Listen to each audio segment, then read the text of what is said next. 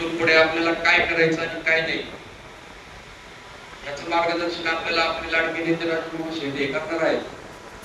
आतापर्यंत सर्व काही ज्येष्ठ श्रेष्ठ लोकांनी जे जे आपल्याला भाषणातून सांगितलं किंवा ज्याचे अनुभव सांगितले, मामाबद्दल सांगितले, तालुक्यात सांगितले,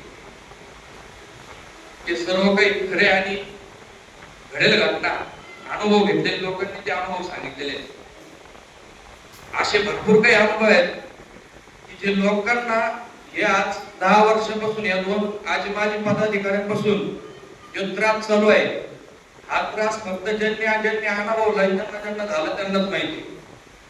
या दोघांच्या भांडणामध्ये 10 वर्षापासून या राऊरी तालुक्याचा राऊरी मतदार विधानसभेचा जो काही सर्वनाश झालाय त्याने हे लोक जबाबदार आहेत.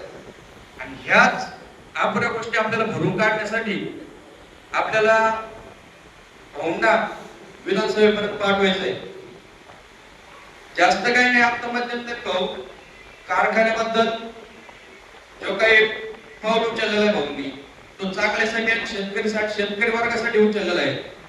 तसे जे कारखाना कामगार असतील त्यांची जी दयनीय अवस्था झालेली आहे ती भाऊंनी त्यांच्या घरोघरी जाऊन भेट घेऊन विचारपूस करून सगळी काही माहिती, त्यांना काय काय त्रास झाला, काय काय नाही, कुणी काय त्रास दिला, हे आता भाऊंना जेवढं माहिती तेवढं आपल्या शेतकरी वर्गांना पण माहिती आहे का ह्या लोकांनी कुठं कुठं आणि काय काय त्रास दिला.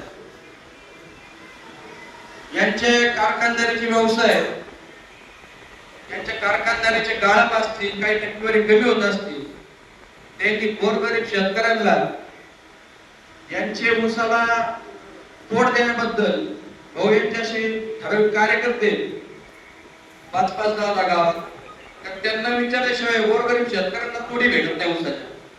बरोबर शिरतो त्या तोडी भेटण्यासाठी ह्या लोकांना